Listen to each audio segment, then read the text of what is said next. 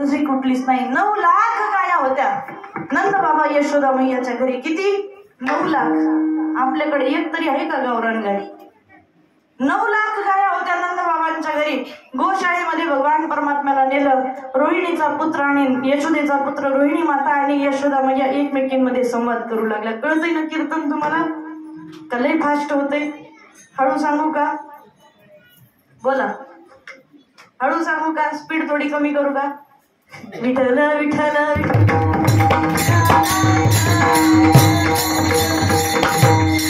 नंद बाबा यशोदा मैयाच्या त्या गोशाळेमध्ये रोहिणी माता आणि यशोदा माता जात असताना यशोदा माता आणि रोहिणी माता एकमेकींना बोलू लागल्या. गर्गाचार्यजी महाराज हे मोठे विद्वान आहेत का नाही हे माहिती नाही, आपण त्यांची परीक्षा घेऊ.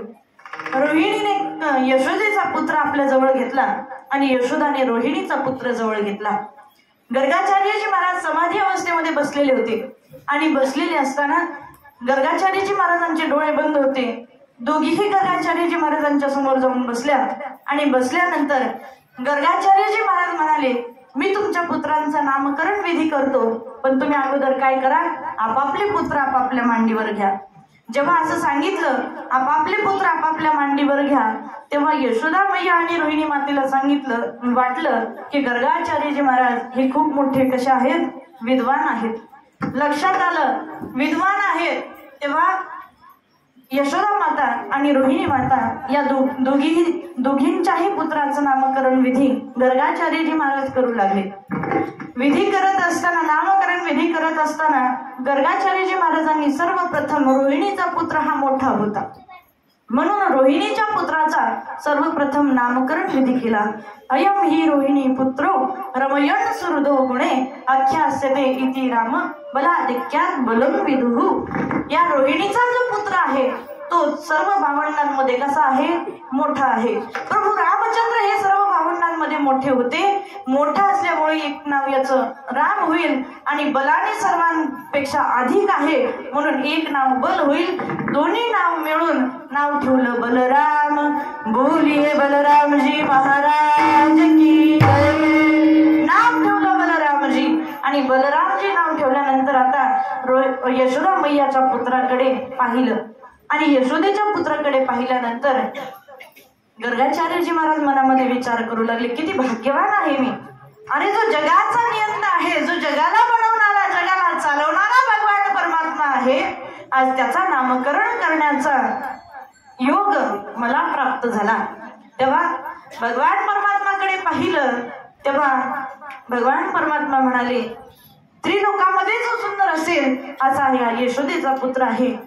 याचे अनेक नाव असतील. कोई कहे गोविंद, कोई गोपाला, मैं तो कहू सावरिया बासुरिया वाला. हा सर्वांना आकर्षित करून घेणारा असेल म्हणून नाव ठेवलं आकर्षयति इति कृष्ण. नाव ठेवलं कृष्ण. बोलिये बालकृष्ण लाल की. यशोदा मैया म्हटली, बाई माझं कसं नाव आहे ग कृष्ण. एक तर मी माझं वय झालं, एवढी म्हातारी झाले, मला कृष्ण काय म्हणता येणार नाही. मी काय म्हणेल, कान्हा म्हणेल. कान्हा कान्हा कन्हवा कान्हा कन्हैया म्हणेल मी. यशोदा मैया कान्हा कान्हा करू लागली. आता हळूहळू हळूहळू कन्हैया मोठे होऊ लागले, रांगू लागले. कशा प्रकारे रांगू लागले ऐका. हरी तळवित हात हात टेकी तळवित हात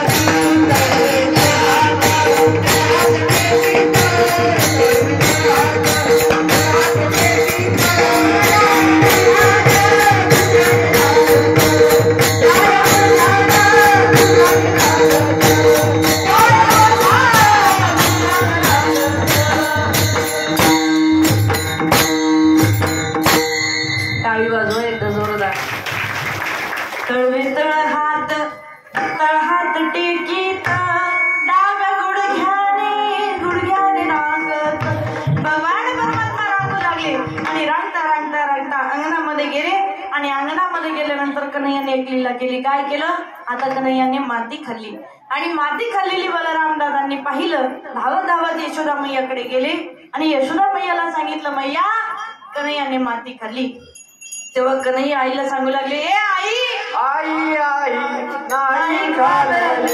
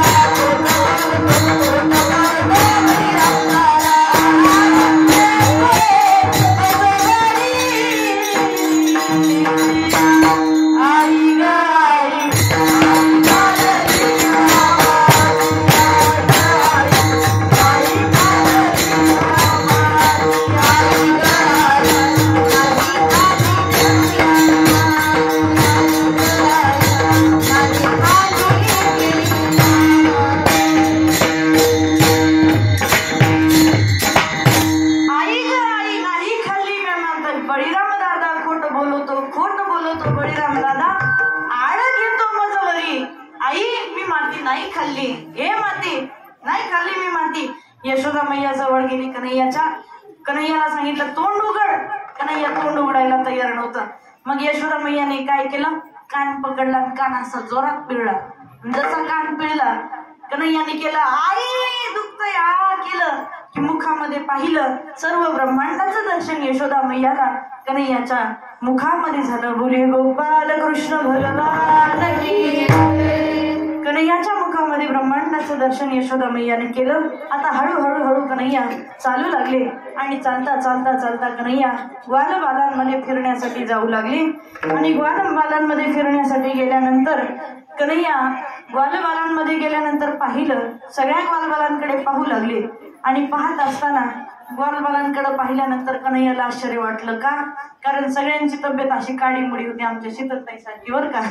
एक सुद्धा असं माझ्यासारखं नव्हतं खात्या पित्या घरचं. कन्हैयाच तेवढे होते खात्या पित्या घरचे. तेव्हा कन्हैयाने पाहिलं ग्वालबालांकडे आणि पाहिल्यानंतर कन्हैया म्हटले गोपाळांनो अरे माझ्या एकट्याच्या घरी 9 लाख गाय आहेत आणि तुमच्या घरी किती असतील याचे काही गणित लागत नाही. एवढ्या गाया कुकुळामध्ये असताना सुद्धा तुमची तब्येत अशी काळीमुडी का काळी पैलवान का झालं तुम्हाला काही खायला भेटत नाही का.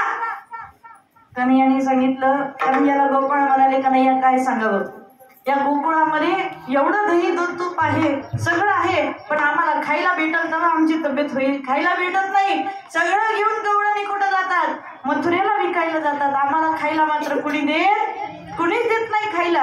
आता कन्हैयाने सांगितलं तुम्ही मागितलं का पण. ते म्हटले मागितलं पण तरी सुद्धा भेटत नाही. भेटत म्हणले किती मागितलं तरी भेटत नाही.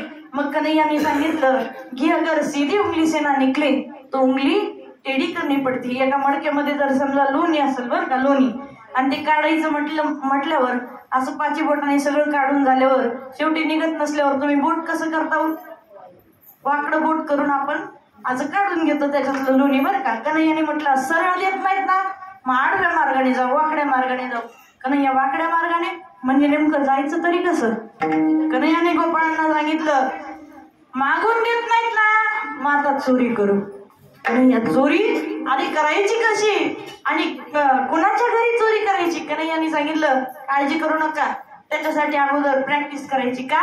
कारण practice makes man perfect. Practice हीच माणसाला परफेक्ट बनवत असते.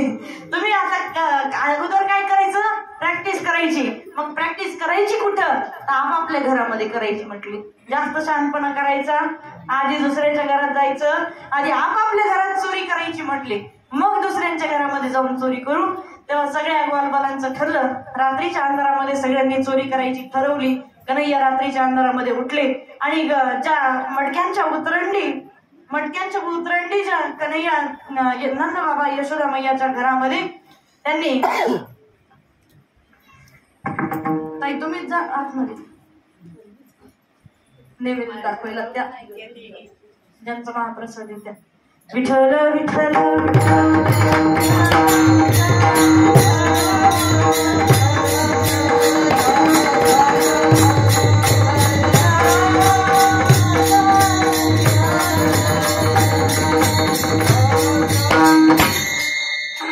काय सांगत होते मी? आता विसरले. आता मी तुम्ही सांगा. चोरीची तयारी का कुठं करायची आधी? वा मला लक्ष देणार केलं बरं का. मला वाटलं भूक लागली असेल. भूक नाही लागली तुम्हाला? चोरी करायची पण कुठं करायची? अगोदर आपापल्या घरात करायची. मग आपापल्या घरी सगळे ग्वालबाल गेले. कन्हैया रात्रीच्या अंधारामध्ये उठले. नंदबाबा यशोदा मैयाच्या घरामध्ये अशा उतरंडी ठेवलेल्या. उतरंडी माहितीत ना तुम्हाला? इथून पुढच्या पिढीला माहित नाही पण आपल्याला माहितीत. मी पण जुनीच 1997 वर का. मग उतरंडी ठेवलेल्या होत्या आणि उतरंडी ठेवलेल्या कन्हैयाने पाहिल्या. हळूच वरच सगळ्यात छोटं जे मडकं होतं ते काढलं. त्या उतरंडी काय आपल्या भल्या मोठ्या अशा उंच नव्हत्या, कन्हैयाच्या उंची एवढ्याच होत्या. मग वरचं मडकं काढलं, मग त्याच्यावरचं काढलं आणि सगळ्यात खालच्या मडक्यामध्ये लोणी होतं. ते कन्हैया हात घालून खाऊ लागले. यशोदा मैयाला वाटलं बाई मडक्याचा आवाज येतो, एखादा बोक्यात आला नसेल, हिला काय माहिती एवढा मोठा बोक्या शिरलाय घरात. मग यशोदा मैया गेली आणि गेल्यानंतर पाहिलं कन्हैयाने त्या मडक्यामध्ये हात घालून लोणी खायला सुरुवात केली. आता कन्हैयाला विचारलं कन्हैया अरे भूक लागली होती तर मला सांगायचं, मी तुला आणून दिलं असतं, हाताने घेऊन का बरं खातोय? कन्हैयाने सांगितलं मैया आपल्या घरात चोर आलाय म्हणले. चोर? अरे कुठे कन्हैया चोर? मणिखंब आरशाचे त्या खांब्यांना आरशे लागलेले होते नंदबाबा यशोदा मैयांच्या घरामधल्या. मग त्या आरशामध्ये स्वतःचं प्रतिबिंब कन्हैया पाहू लागले आणि यशोदा मैयाला सांगू लागले यशोदा मैया ते बघ त्या आरशामध्ये दिसतंय, ते बघ तो चोर. मैया मी जसं करेल सेम तसं करते. आता ते कोण होतं?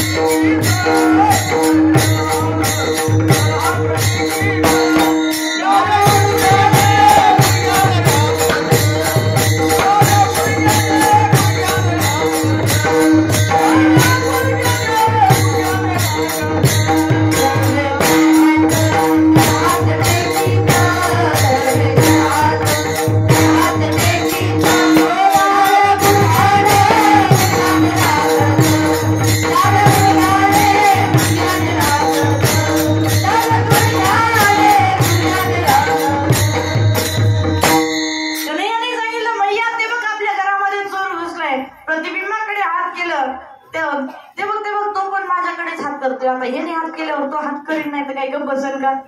तिथं कोण होतं? तिथं सुद्धा कृष्णच होता ना. मग तिकडे हात केला ते बघ माझ्याकडे हात करतोय. मी या मडक्यामध्ये हात घातला त्याने सुद्धा हात घातला. मी मुखाकडे हात केला त्याने सुद्धा हात केला. ते बघ यशोदा मैया अगं मार त्याला, जा मार त्याला. कन्हैयाची लीला पाहिली आणि यशोदा मैया हसू लागली.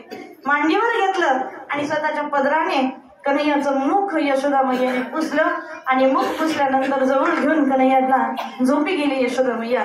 आता सकाळ झाली. आता कन्हैया म्हटला आपण तर वाचलो, आता ग्वालबालांकडे जाऊन पाहावं लागेल. ग्वालबालांकडे जाऊन पाहिलं तर एकाचा डोळा सुजलेला, एकाचा गाल सुजलेला, एकाचा ओठ सुजलेला, कोणाच्या पाठी सुजलेल्या. कन्हैयाने म्हणलं अरे रे रे हे काय झालं तुमचं? काय सांगावं कन्हैया, सकाळी आमच्या आई गवळणी मथुरेला बाजाराला घेऊन जाणार होत्या लोणी आणि रात्री आम्ही त्या सगळ्या लोण्याचा नाश केला म्हणून बदा बदा बदा बदा मार पडला. तेव्हा यशोदा कन्हैया म्हटला अरे तुम्हाला जर चोरी करायची असेल तर माझ्याकडून शिका, मी एकदम परफेक्ट चोरी करतो. बघा म्हणलं मला कुठं मारलं काही यशोदा मैयाने? नाही मारलं. म्हटलं मी तुमच्यासारखा मार खात नाही. आता आपापल्या घरामध्ये केली, आता कुठं करायची? त्या गवळणींच्या घरी, बालगोपाळांच्या घरी. चला म्हटले आता चोरी करायला. एका गवळणीच्या घरी गेले, दही दूध तूप माखन लोणी सगळं खाल्लं, त्याचा सगळ्याचा सडा केला आणि सडा करून कन्हैया तिथून पळून गेले. आता ह्या चोरीच्या बातम्या अख्ख्या गोकुळामध्ये पसरल्या की नंदबाबांचा मुलगा येतो, चोरी करतो, दही दूध तूप माखन खातो आणि खाऊन तो काय करतो, पळून जातो. आता एक नवीन लग्न झालेली गवळण त्या ठिकाणी आली होती. तिला सासूबाईंनी सांगितलं सुनबाई नंदाचं पोरग येईल, दही दूध तूप माखन खाईल, तू जरा लक्ष ठेव. हे जे आपलं घरामधलं अनमोल दही दूध तूप माखन आहे ना, हे लोणी त्याला खाऊ देऊ नको, तू त्याच्याकडे लक्ष ठेव. आता त्या गवळणीकडे म्हटलं आता चला नवी नवी नवरी बघायला जाऊ. लहान लेकरांना लई कौतुक वाटत महाराज. गावामध्ये एखादी नवरी आली की तिच्या मागे 5-50 असतेच पळाय गेले.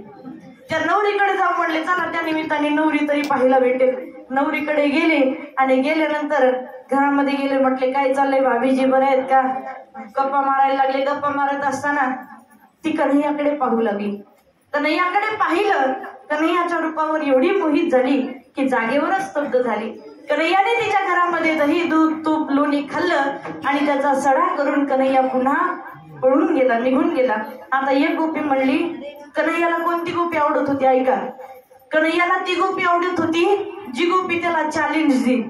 चॅलेंज म्हणजे काय, पैंज लावेल. जी गोपी म्हणेल येऊ दे त्याला माझ्याकडे, त्याला बांधूनच ठेवते. आता एक गोपी म्हणली आता सगळ्यांच्या घरी चोरी केली पण माझ्या घरी ती चोरी करू शकत, मी लई चॅप्टर गोपी म्हणली, मी लई हुशार गोपी आहे, माझ्या घरी तो चोरी करू शकणार नाही, माझ्या घरी चोरी करू शकत नाही म्हटले. तेव्हा ती गोपी म्हणली येऊ दे त्याला बांधूनच ठेवते. आता कन्हैया म्हटलं चला मला बांधून ठेवते होय, चला म्हटले आता तिच्या घरी गेले. दही दूध तूप माखन खाल्लं आणि त्या तसंच कन्हैयाला तिने पकडलं आणि पकडून कन्हैयाला बांधू लागली. बांधत असताना कृष्णाने सांगितलं ए गोपी अगं थांब, तुला जर 3.5 गाठ बांधता येत असेल तरच तुम्हाला बांधू शकते, अन्यथा तुम्हाला बांधू शकत. आता गोपी म्हणली 1 गाठ ऐकली, 2 गाठ ऐकली, 3 गाठ ऐकली, 4ही गाठी ऐकल्या. हे 3.5 गाठ म्हणजे नेमकं आहे तरी काय? गोपी म्हटली कन्हैया मला 3.5 गाठ येत नाही, तू मला शिकवतोस का? कन्हैया म्हटलं हा मी शिकवतो, पण आता ऐक, मी तुला शिकवणार म्हणल्यावर मी तुझा कोण? शिकवणारी कोण असते? गुरु. आणि तू माझी कोण? शिष्य. जमतंय तुम्हाला? हा, मी तुझा गुरु आणि तू माझी शिष्य. आधी काय कर, मला गंध लाव, आरती ओवाळ, माझी प्रदक्षिणा घाल, मग मी तुला शिकवतो. आता हिला शिकायचंच होतं म्हणल्यावर तिने गंध लावला, आरती ओवाळली, प्रदक्षिणा घातली आणि म्हटलं गोपी चल आता तुला शिकवतो. खंब्याजवळ गोपी आणली, हातामध्ये दोरी घेतली आणि गोपीला म्हटलं गोपी आता हात असे बाहेर ठेवू नको, हात बाहेर ठेवलं गोपी सोडून घेईन ना. गोपी हात आतमध्ये घे आणि आतमध्ये घेऊन अशी स्तब्ध उभी राहा. गोपी उभी राहिली. तुम्हाला शिकायची का 3.5 गाठ? मग ऐका, मला वृंदावनवरून शिकून आले आम्ही. आता बांधू लागलं, गोपीला कन्हैया बांधू लागलं आणि बांधत असताना म्हणलं गोपी हे बघ ही झाली 1 गाठ, गोपी ही झाली 2 गाठ, गोपी ही झाली 3 गाठ आणि ही 4थी जी आहे ती थोडीशी ढिली बांधायची. म्हणलं झाली 3.5 गाठ. कशाचं काय, गोपीला बांधून गेला पळून. विठ्ठल विठ्ठल. एक गोपी म्हणली माझ्या घरी येऊ देस, त्याला पकडून यशोदा मैयाकडेच नेते. ती म्हणली मैयाकडे नेते होय, चला तिच्या घरी. त्या गोपीच्या घरी गेले, दही दूध तूप माखन लोणी खाल्लं आणि खाल्ल्यानंतर गोपी आली. गपकन कन्हैयाचा हात धरला आणि हात धरल्यानंतर कन्हैयाला म्हटले आता चल तुला सांगते यशोदा मैयाला, चल तुला सांगते यशोदा मैयाला. यशोदा मैयाकडे घेऊन जात असताना कन्हैया इकडे तिकडे पाहू लागला आणि पाहत असताना कन्हैयाने पाहिलं एका बाजूला तिचा नवरा उभा होता. तिचा नवरा उभा राहिलेला कन्हैयाने पाहिला आणि पाहिल्यानंतर कन्हैया म्हटला गोपी गोपी थांब थांब थांब थांब थांब. अरे काय झालं कृष्णा? म्हटलं काय नाही, लय वेळ झालं तू माझा उजवा हात पकडलास, त्या हात दुखायला लागला, आता हा जरा डावा हात पकडणार. जसा गोपीने हात सोडला आणि पहिल्या गवळणींचे पदर महाराज असे इथपर्यंत असायचे, डोक्यावरून इथपर्यंत, समोरचंही काही दिसत नव्हतं. जसा दुसरा हात पकडायला हात सोडला कन्हैयाने तिच्या पतीचा हात धरला आणि तिच्या हातात दिला. म्हणलं आता जाई कुठं जायचंय ते. तिच्या पतीचा हात हातात दिला आणि दिल्यानंतर गोपी जाऊ लागली. जात जात जात असताना म्हटली थांब तुला सांगते, थांब तुला सांगते. पती म्हणला आता हिला येड लागले का, हिच्या गोळ्या संपल्या का, नेमकं हिची झोप झाली नाही, काय नेमकं झालंय तरी काय समजायचं. आता घेऊन जावं लागली आणि जात असताना नंद बाबा यशोदा मैयाच्या दारामध्ये आली आणि आल्यानंतर नंद बाबा यशोदा मैयाला आवाज दिला, यशोदे अगे यशोदे, तुला वाटतंय ना तुझं पोरगं लय गुणाचं आहे, बाहेर ये. यशोदा मैया बाहेर आली आणि आल्यानंतर म्हटली अगं काय झालं गोपी? ती म्हटली हे बघ याचं तोंड बघ किती लोण्याने भरलंय, याचे हात बघ किती लोण्याने भरलेत आणि मी याला घेऊन आले तुझ्याकडे. बघ तुला वाटतंय ना माझं पोरगं लय गुणाचं आहे, बघ बघ बघ यांनी माझ्या लोण्याची चोरी केली. यशोदा मैयाने कमरेवर हात दिला आणि पाहू लागली. गवळणीला म्हणली तर गोपीला म्हणली गोपी तुझी तब्येत तर बरी ना, तुझ्या गोळ्या संपल्या का काय? अगं एकदा नीट पदर वर करून बघ तर खरं हातात कोण आहे. बघितलं तर स्वतःच्याच नवऱ्याचा हात हातामध्ये गोपीने पाहिला. लाज वाटली गोपीला आणि तिथून निघून गेली. आता एक गोपी दिवसा रात्री जमूच देत नव्हती, दिवसा पण नाही रात्री पण नाही, चोरी करायचं जमूच देत नव्हती. कन्हैया म्हटले आता तिच्याकडे जायचं तर ती गाढ झोपेत असताना जायचं म्हटले पहाटेच्या वेळी. पहिल्या गोपी 4 वाजता उठायच्या बरं का. कन्हैया म्हटले 4 वाजता नाही 3 वाजताच आपण तिच्या घरात जायचं. 3 वाजता गेले, दही दूध तूप लोणी माखन खाल्लं आणि खाल्ल्याच्या नंतर आता काम झालं होतं, आता गपचूप जावं ना. ती गोपी आणि तिचा पती झोपलेला असताना तिच्या पतीच्या दाढीची आणि त्या गोपीच्या वेणीची गाठ बांधली. गाठ बांधली आणि गाठ बांधल्यानंतर कन्हैया तिथून निघून गेले. आणि त्या गोपी 4-4:30 वाजता उठली, अंगण सारवण हे करायला उठली आणि उठल्यानंतर गोपी तिच्या पतीला म्हणू लागली सोडा की माय कशाला माझी वेणी ओढताय. ते पती म्हटलं अगं बाई मी कशाला तुझी वेणी धरली, तूच माझी दाढी सोड. आता दोघांची खेचाखेच चालू, हे ह्याला ओढतय ते त्याला ओढतय. ते म्हटले थांबा आता जवळ सकाळ होत नाही, जवळ सूर्य उघडत नाही, जोपर्यंत सूर्य उजाडत नाही तोपर्यंत आपल्याला कळणार नाही म्हटले. सूर्य उजाडापर्यंत वाट पाहिली. पाहतात तर काय त्या पत्नीच्या वेणीची आणि पतीच्या दाढीची गाठ बांधलेली पाहिली. काय करावं, कापायला लागली तरी कापत नाही, जाळायला गेले तरी जळत नाही, सोडायला गेले तरी सुटत नाही, अशी ती दाढी वेणीची गाठ बांधली. आता एक गावातले एक म्हातारे बाबा होते, ते आले आणि म्हणले आता एक काम करा, ही ज्यांनी बांधली ना तेच सोडू शकते. आता ही अशीच वरात कुठं नंद बाबा यशोदा मैयाच्या घरात. काय करावं, कन्हैयाने अनेक त्या लीला अनेक थोड्या त्या गोकुळामध्ये केल्या. आता कन्हैयाला यशोदा मैया म्हणू लागल्या कन्हैया आता बस झाल्या, तुझ्या लीला भरपूर झाल्या, 12:30 वाजून गेले लीला करता करता. आता कन्हैया आता ऐक, आता तू काय कर, गाया चालण्यासाठी वनामध्ये जा. आता कन्हैयाने सुंदर वस्त्र धारण केले आणि वस्त्र धारण करून कन्हैया गायी चालण्यासाठी वनामध्ये जाऊ लागले. आणि वनामध्ये गायी चालण्यासाठी जात असताना कसे दिसू लागले कन्हैया, हरी छोटे छोटे गैया छोटे छोटे छोटे छोटे गैया छोटे छोटे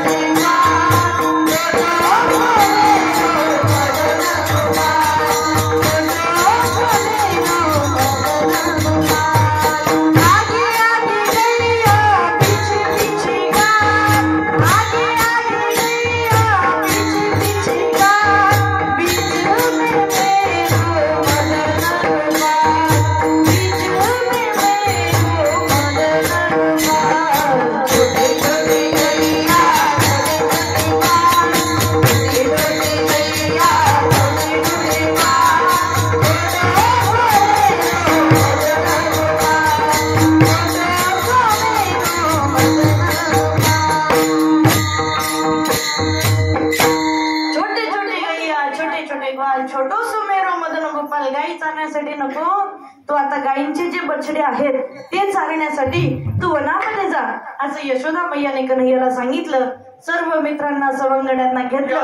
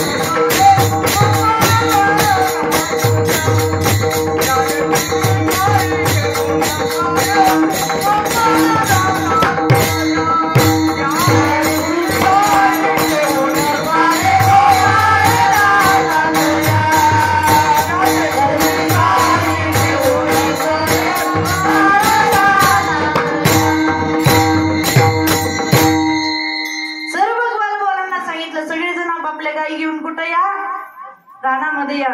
आता आपण तिथं काय करू, सुंदर खेळ खेळूया. सर्व ग्वालबाल घेऊन आपण त्या ठिकाणी येऊ आणि सर्व ग्वालबाल सर्व गोपाळ मिळून त्या वनामध्ये वृंदावनामध्ये गायी चारण्यासाठी जाऊ लागले. आणि गायी चारण्यासाठी जात असताना आता कन्हैयाने त्या ठिकाणी अनेक प्रकारचे खेळ खेळले.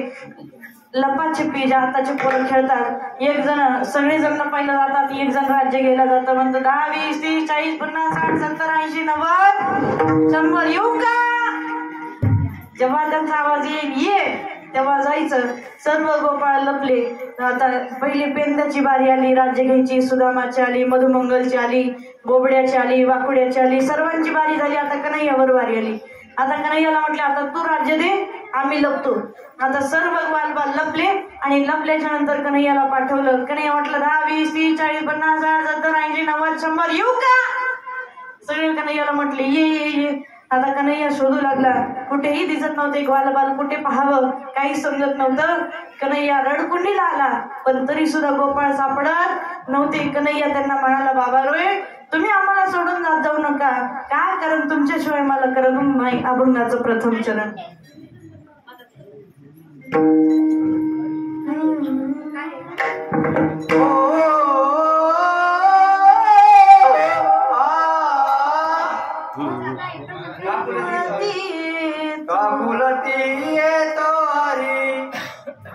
चापुळती येतो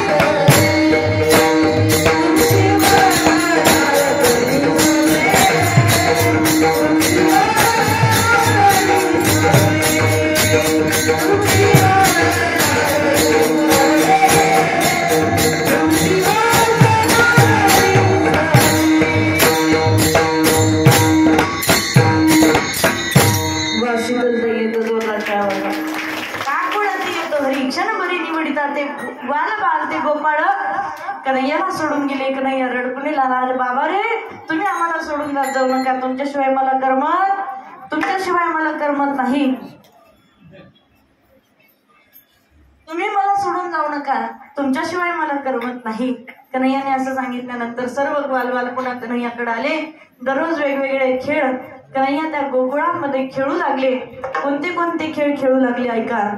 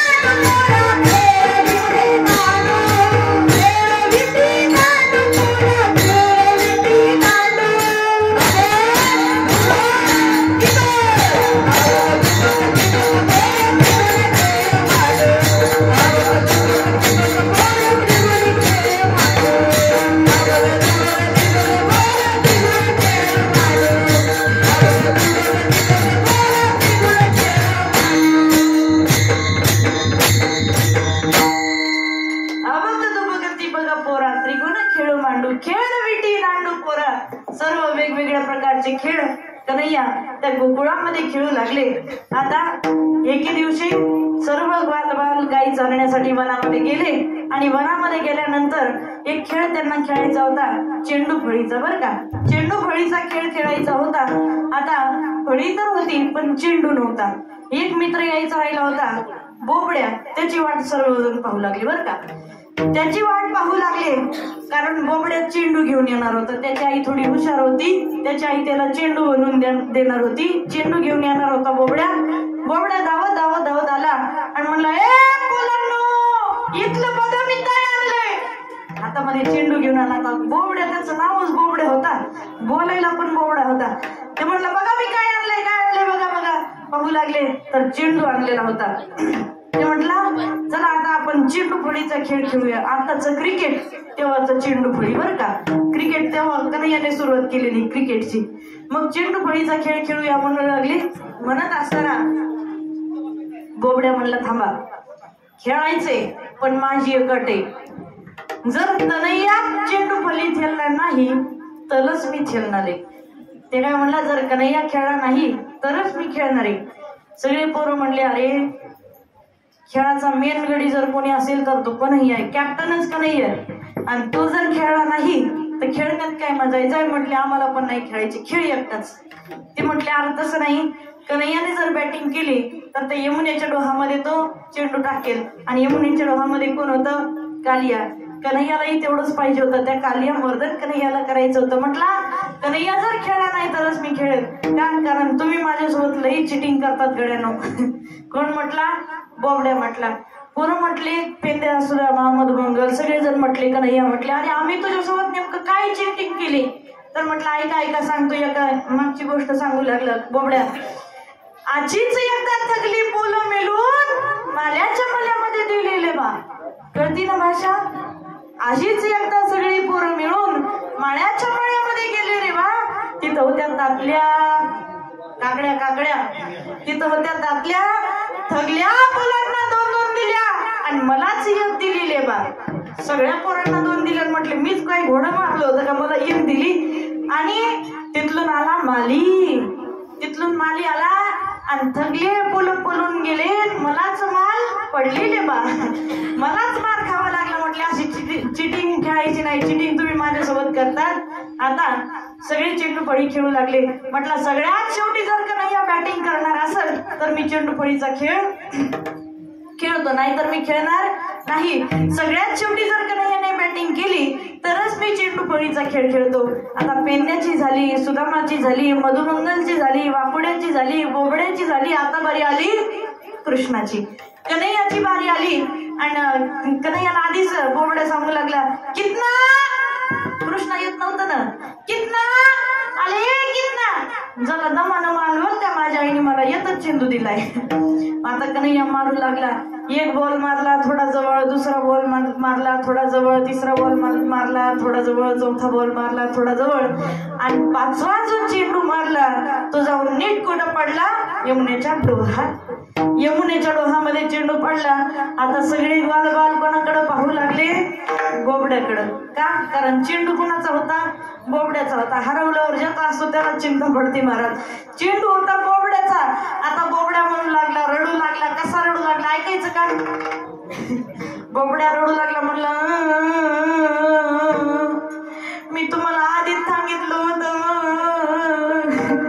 माझ्या आईने मला येतं चेंडू बनवून दिलंय, माझ्या बालकाला चेंडू नाही. माझ्या आईने मला एकच चेंडू बनवून दिला. आता माझ्याकडे दुसरा चेंडू नाही. मी आधीच सांगितलं होतं कितनाला खेळायला घ्यायचं नाही. कितनाने त्या यमुनेच्या डोहामध्ये माझा चेंडू टाकला. रडू लागला. सगळे पोरं म्हटले, बोबड्या तू आधी शांत बस बरं. का? कारण तू साधं काय बोलायला असते कळत नाही, आणि रडताना जे बोलायला असते तर आम्हाला काहीच समजत नाही बघ. सगळे पोरं म्हटले बोबड्याला शांत हो, शांत हो. बोबड्या शांत झाला आणि म्हटला, आता सांगा त्या कितनाला काही कर, आणि आम्हाला काय कर, ते चेंडू माझा वापस आणून दे. कन्हैयाला सुद्धा तेच पाहिजे होतं. धावत गेले, कदमाच्या वृक्षावर गेले, आणि वृक्षावरून गेल्यानंतर एका फांदीवर उभे राहिले, आणि फांदीवरून जी उडी मारली ते नीट यमुनेच्या डोहामध्ये. यमुनेच्या डोहामध्ये उडी मारली. सर्व पोरांना चिंता लागली. का? कारण यमुनेचं पाणी हे दूषित झालेलं होतं. यमुनेच्या पाण्यामध्ये कालिया नावाचा नाग होता. दूषित पाणी झालेलं होतं, विष होतं त्या पाण्यामध्ये. सगळी पोरं धावत कुठे गेले? यशोदा मैयाकडे गेले, आणि यशोदा मैयाला म्हणाले, मैया यशोदे तुझा देताना यमुना डोई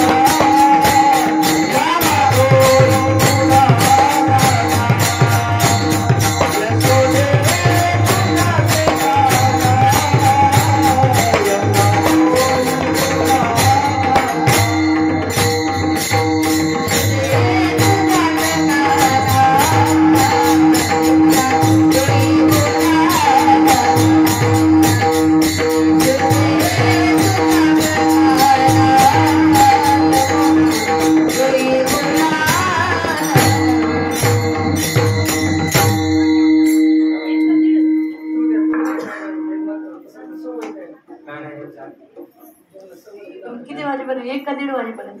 1:30 ना? यशोदे तुझा कान्हा यमुना डोही बुडाला ना. हे यशोदा मैया, कन्हैया त्या यमुनेच्या डोहामध्ये कन्हैया गेला. यशोदा मैया सर्व बाल गोकुळवासी धावत आले, आणि कन्हैयाची वाट पाहू लागले की कधी कन्हैया येईल. तेव्हा कालिया नागाने जे यमुना नदीचं पाणी हे दूषित केलेलं होतं, ते दूषित केलेलं पाणी कालिया नागाला विनंती करू लागला, कन्हैया की आता तू इथून या यमुनेचा डोह सोडून तू निघून जा. निघून गेल्यानंतर तू निघून जा, तू जर गेला तर इथलं पाणी स्वच्छ होईल, अन्यथा मी तुझा वध करेल. कन्हैयाला मारण्यासाठी कालियाने जसे स्वतःच्या 5 फणांचा वार केला, ऊन उडी मारली, कालिया नागाच्या डोक्यावर कन्हैया उभे राहिले आणि डोक्यावर उभे राहून कन्हैया तांडव गती मुंडन पर नाचत गिरधारी नाचू लागले. कन्हैया त्या कालिया नागाच्या फणावर. कालियाच्या लक्षात आलं हे दुसरे तिसरे कोणी नाही तर माझे स्वामी भगवान विष्णू आहेत. कालिया भगवान परमात्माला शरण गेला आणि कालियाचा अभिमान दूर झाला. त्या कालिया नागाने यमुना नदीचं पाणी हे सर्वांना पिण्यायोग्य केलं. भगवान परमात्माने अनेक लीला त्या गोकुळांमध्ये केल्या. त्या गोकुळामध्ये भगवान परमात्माने अनेक प्रकारच्या लीला केल्या, अनेक प्रकारचे खेळ खेळले. कन्हैया त्या गोकुळामध्ये लीला करत असताना सर्व ग्वालबाल गोकुळवासी कन्हैयाकडे पाहू लागले. कन्हैयाकडे पाहत असताना एकदा ब्रह्माजी वरून पाहू लागले आणि पाहत असताना अनेक प्रकारच्या लीला कन्हैया त्या गोकुळामध्ये करत असताना त्या ब्रह्माजींच्या मनामध्ये संशय निर्माण झाला की नक्की हे भगवान विष्णूच आहेत का, हे माझे स्वामी भगवान विष्णू आहेत का. तेव्हा ब्रह्माजीने त्या गायीची बछडे ती सर्व ग्वालबाल हे काय केले, ब्रह्मलोकामध्ये घेऊन गेले आणि म्हटले हा जर बेरूपी असेल, नाटक करणारा असेल तर बघू हे आता या गोपाळांशिवाय राहू शकेल का, या गायींशिवाय राहू शकेल का. तेव्हा कन्हैयाने सर्व गायींच्या बछड्यांचं रूप धारण केलं, गोपाळांचं रूप धारण केलं, पण स्वतःचं रूप धारण करून कन्हैया त्या गोपाळांबरोबर खेळू लागले. कारण ज्यांच्या बरोबर खेळत होता तोही कृष्णच होता, जे गायीचे बछडे होते तेही कृष्ण होते, संपूर्ण ते गोकुळ कृष्णमय झालेलं होतं. कन्हैयाने विचार केला आता हे ग्वालबाल जे आहेत ते ग्वालबाल मला सोडून गेलेत, त्यांच्याशिवाय माझं मन लागत नाही, त्यांच्याशिवाय मला करमत नाही का.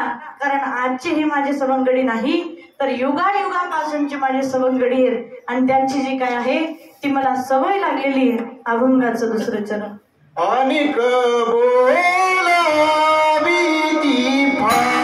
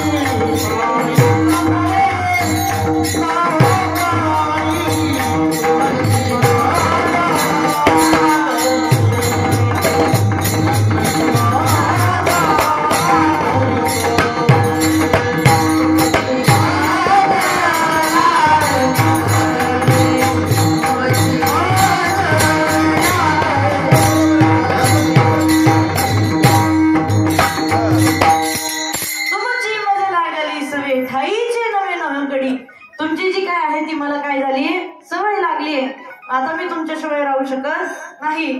पण त्यांना आणखी सांगितलं, गोपाळांना सांगितलं ग्वालबालांनो फक्त तुम्हीच मला बोलवता असं नाही, फक्त तुम्हीच माझ्यासोबत राहता असं नाही, तर ऐका. जेव्हा पांडवांचा राजसूय यज्ञ संपन्न झाला आणि राजसूय यज्ञ संपन्न झाल्यानंतर दुर्योधन भगवान परमात्मा समोर आला.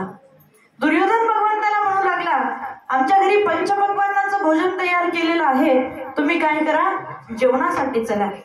भगवान परमात्माने दुर्योधनाला सांगितलं हे दुर्योधना ऐक, दुर्योधना ऐक, तुझ्या घरी जरी पंचपक्वान नसतील तरी सुद्धा, तुझ्या घरी जरी पंचपक्वान असतील तरी सुद्धा मला जर जेवायचं असेल तर मी 2 कारणामुळे जेवतो. कोणते 2 कारण? एक म्हणजे तुझ्या मनामध्ये माझ्याविषयीचं प्रेम असलं पाहिजे, आणि दुसरं कारण म्हणजे ते की मलाही भूक लागलेली असली पाहिजे. जेवण हे 2 कारणामुळे केलं जातं. ऐका, भगवंताने सांगितलं जेवण हे 2 कारणामुळे केलं जातं. पहिलं, जो जेवण करणार आहे त्याला भूक लागली असली पाहिजे, आणि दुसरं कारण, जो जीव घालणार आहे त्याच्या मनामध्ये आपल्या विषयीचं प्रेम असलं पाहिजे, तरच जेवण केलं पाहिजे. तेव्हा भगवान परमात्माने दुर्योधनाला सांगितलं, हे दुर्योधना, आता मला भूकही नाही आणि तुझ्या मनामध्ये माझ्या विषयीचं प्रेमही नाही.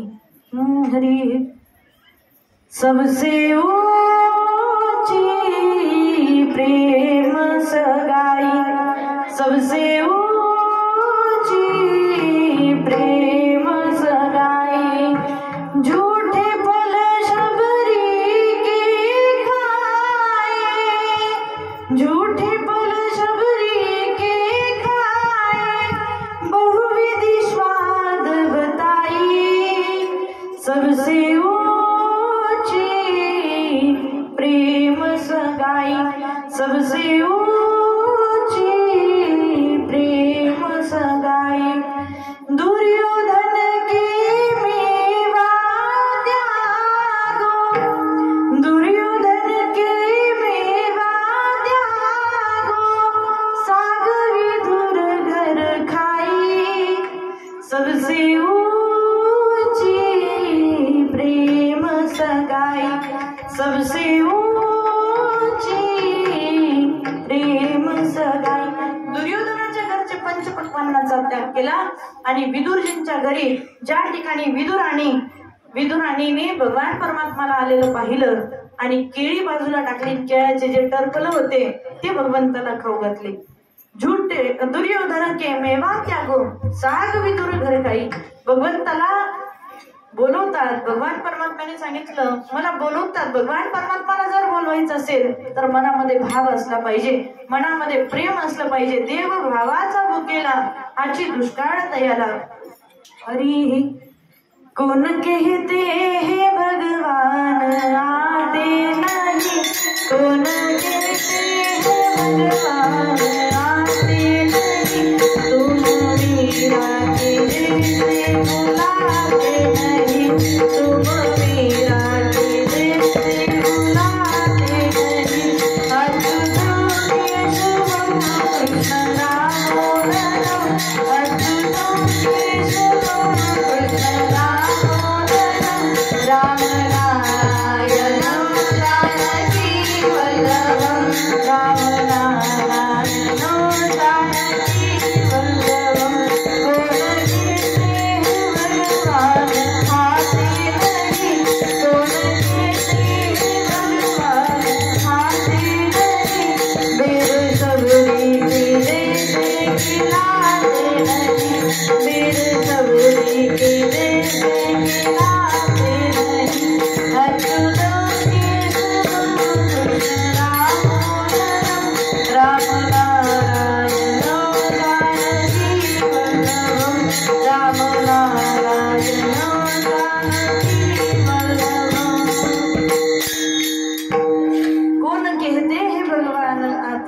तुम मीरा के जैसे बुलाते नहीं, कौन कहते हैं भगवान खाते नहीं, बेर शबरी के जैसे खिलाते नाही. कोण म्हणतं देव येत नाही, तो येतो. कोण म्हणतं देव आपल्या हातचं खात नाही, तो खातो. पण आपला भाव शबरी मातेसारखा असला पाहिजे. शबरी माता त्या मनामध्ये एक तास नाही, त्या मनामध्ये शबरी माता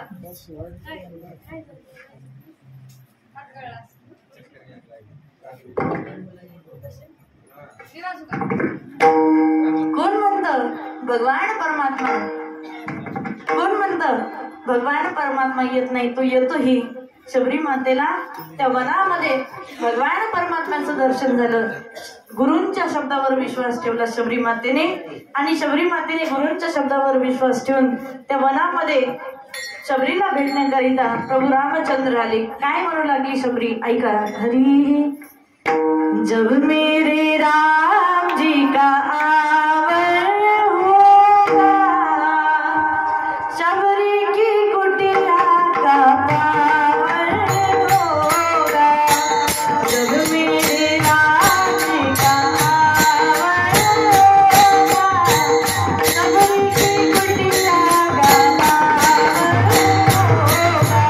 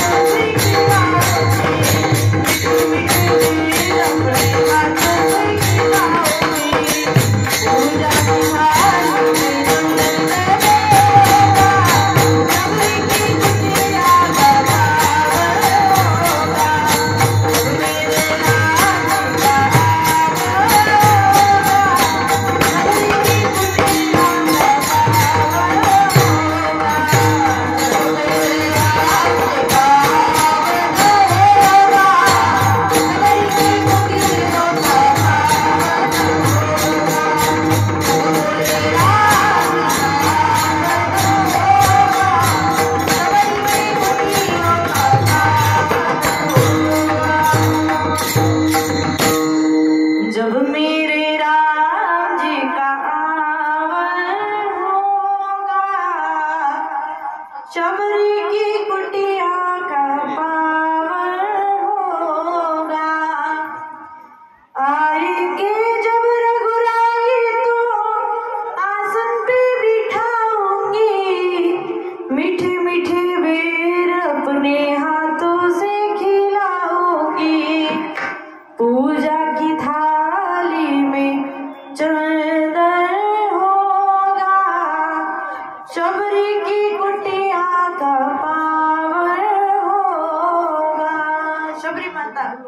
प्रभू रामचंद्र जेव्हा कधी माझे प्रभू रामचंद्र येतील आणि कधी मला त्यांचं दर्शन होईल ही वाट पाहत शबरी माता गुरूंच्या वचनावर त्या ठिकाणी दररोज झाडून काढायची आणि कधी प्रभू रामचंद्रांचं दर्शन होईल. तसं भगवान परमात्माने सांगितलं दुर्योधनाला, दुर्योधना तुझ्या मनामध्ये माझ्या विषयीचं प्रेम नाही म्हणून मी तुझ्या घरी येणार नाही. इथं गोपाळांनाही भगवान परमात्मा सांगू लागले की मला फक्त तुम्हीच नाही तर मला बोलवणारे भरपूर आहेत. अधिक बोलावी ती फार बहु थोर ना आवडती. आणखी भरपूर मला बोलवतात आणि मला मात्र ते आवडत नाही. मग कालियामर्दन केल्यानंतर भगवान परमात्मा त्या गोकुळामध्ये पुन्हा गोपाळांच्या मध्ये उपस्थित झाले आणि आता गोपाळांनी कन्हैयाला सांगितलं, कन्हैया खांदी भार पोटी भूक काय खेळायाचे सुख. कन्हैया आता खेळणं भरपूर झालं बाबा, आता 1 वाजून गेला, 1:15 वाजला, आता आम्हाला काही भूक लागलीये. माझ्याही लक्षात आलं भूक लागली असं कारण 9 दिवसाचा उपवास गोड वाटतंय. कीर्तनाने पोट भरते का? भरत असलं तर सांगा, आपण चालू देऊ 3 वाजेपर्यंत. तेव्हा कन्हैयाला सांगितलं, कन्हैया ऐक, आता आम्हाला भूक लागली आहे, आता आम्ही जास्त काळ राहू शकत नाही, उपाशी राहू शकत नाही. आता जे आम्ही शिदोरी आमच्या घरून बांधून आणली आहे, गायींच्या मागे जात असताना प्रत्येक जण गोपाळ शिदोरी बांधून आणायचं आणि शिदोरी बांधून जी आणलेली आहे ती आता आपण काय करूया, खाऊया. कन्हैयाने सर्व ग्वालवाल एकत्रित केले आणि सर्वांना गोल बसवलं आणि सर्वांना सांगितलं, आता आपण जे आपण आणलेलं आहे ते सर्व एकत्रित करायचं, त्याचा काला करायचा आणि ते सर्व शिदोरी आपण काय करायची, खायची. पण खात असताना काय करायचं, लक्ष द्यायचं, जे उष्टे हात आहेत ते आपले उष्टे हात पाण्यामध्ये धुवायचे नाही का, कारण ते माशांना खायला भेटल. देवादिकांना सुद्धा जे दुर्लभ आहे असा हा आजचा काल आहे. जीव शिवाचं ऐक्य म्हणजे हा काल आहे. मग भगवान परमात्माने सर्व ग्वालवालांना एकत्रित केलं. भगवान परमात्मा ते काला खाऊ लागले. आता आपण थोडंसं भजन करूया, त्यानंतर काल्याचा अभंग होईल आणि नंतर महाप्रसाद होईल. सर्वांनी एकदा हात वर करा.